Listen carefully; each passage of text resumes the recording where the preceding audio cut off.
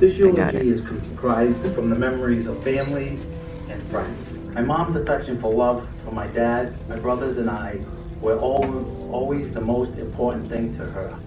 Mom had quite an appetite before she got sick and had to be put on various medications. The medical trouble started when she had a new battery put in her pacemaker in Florida, which led to other serious medical problems that the doctors could not cure. My mom's happier times greatly outweighed the sad times by far. My mom was not scared of anything and no one. She was one tough lady.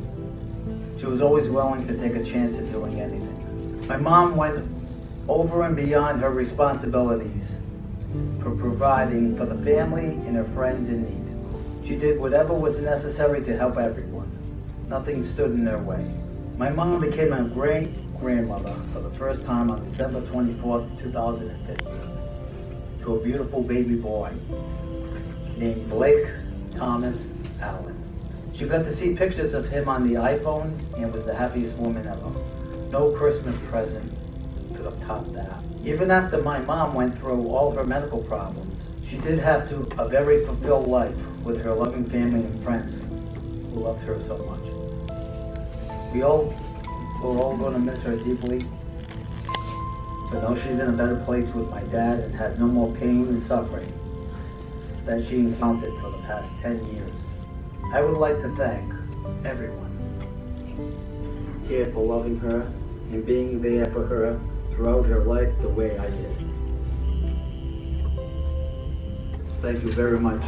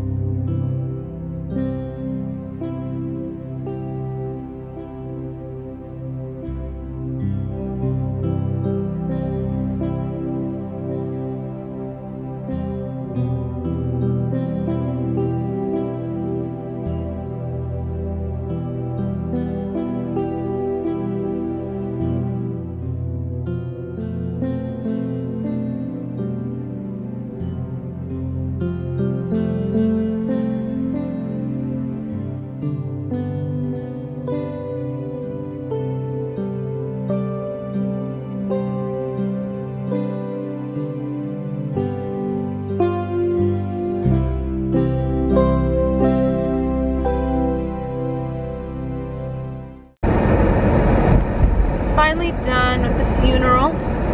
I had to leave John.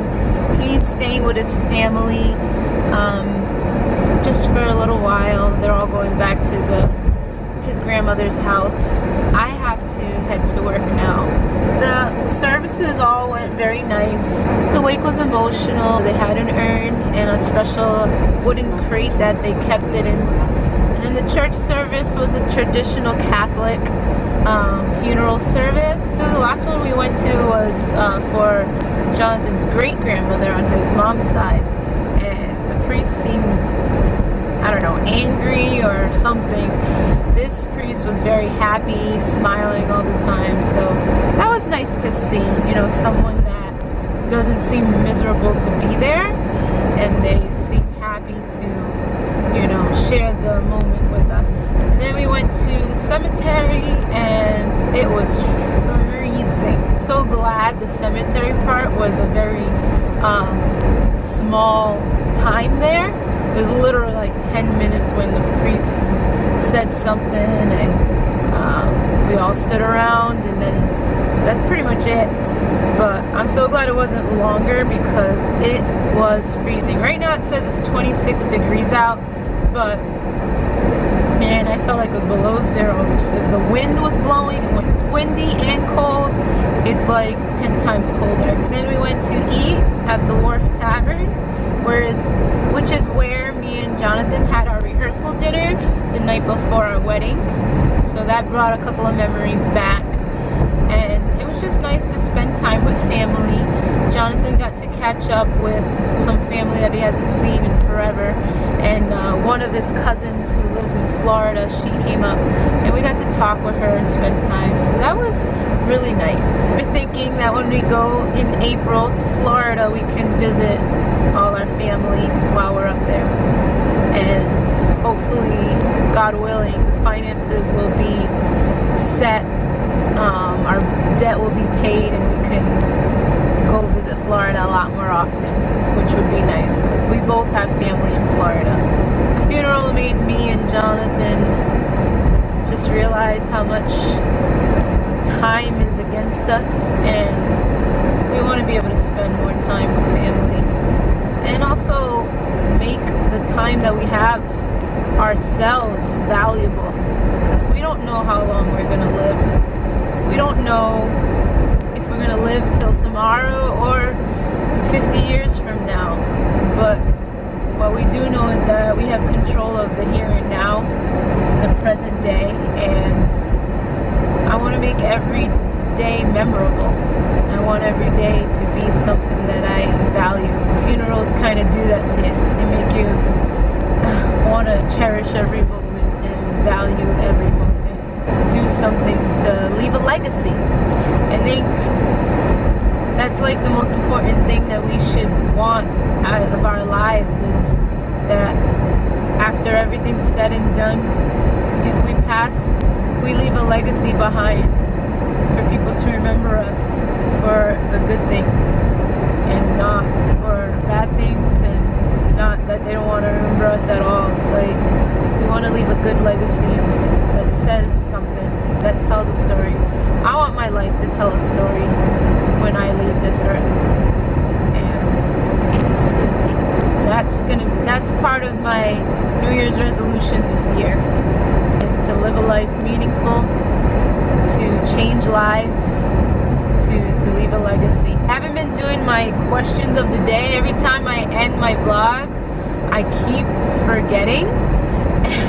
So I gotta get into the motion and get used to asking you guys a question of the day. So in lieu of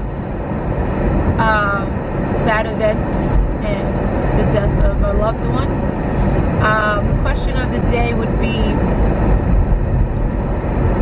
what is something that you thought of, or it made you think of or evaluate something when you lost a loved one? You know, where did your mind take you? What did you think? Did you think what I thought, that we need to spend more time with family and that we should look at our lives as leaving a legacy? Or is there other thoughts that you had in your mind when you lost a loved one, or someone very close? It may not be immediate family, but someone very close to you. Share in the comments below some of the thoughts that you've had in light of events like this. Finally back home from work. Didn't really vlog much at work, just busy, so didn't really have time to pick up the camera. But I'm home with hubby. He got an oil change after the funeral, well, after the luncheon really, And then he's making a smoothie right now because he's still hungry. Because he didn't make himself dinner because he relies on me to make him dinner. Bad boy. Anyways, but he did the dishes, so he deserves a kiss. You kissed my nose. I did? Yeah, I haven't cooked in a while just because I've been working and working and working, and when I get home, it's late. I get home around 8, 9, 10. Yeah, somewhere around there. It varies, but I don't get home any earlier than 8:30. It's just been really hectic. What are we doing tomorrow? I don't know. It's technically my day off, but I have to work for like 2 hours. And then, oh, we have worship rehearsal tomorrow. And maybe we'll go out? I don't know. We'll see. We'll see what time gives us tomorrow. But I hope you enjoyed the funeral montage that I put together. Not enjoying a way of laughing, but you know, just to appreciate the moments and share that with us. But right now we're going to really just watch Pretty Little Liars and go to bed. I'm exhausted. We woke up super early today and then it was just a busy day all day. So guys, give this video a thumbs up if you enjoyed it, and please subscribe for more. You'll be glad you did. Remember to love your life. We'll see you next time. Bye.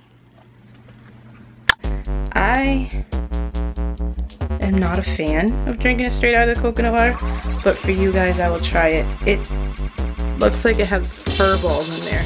You see that?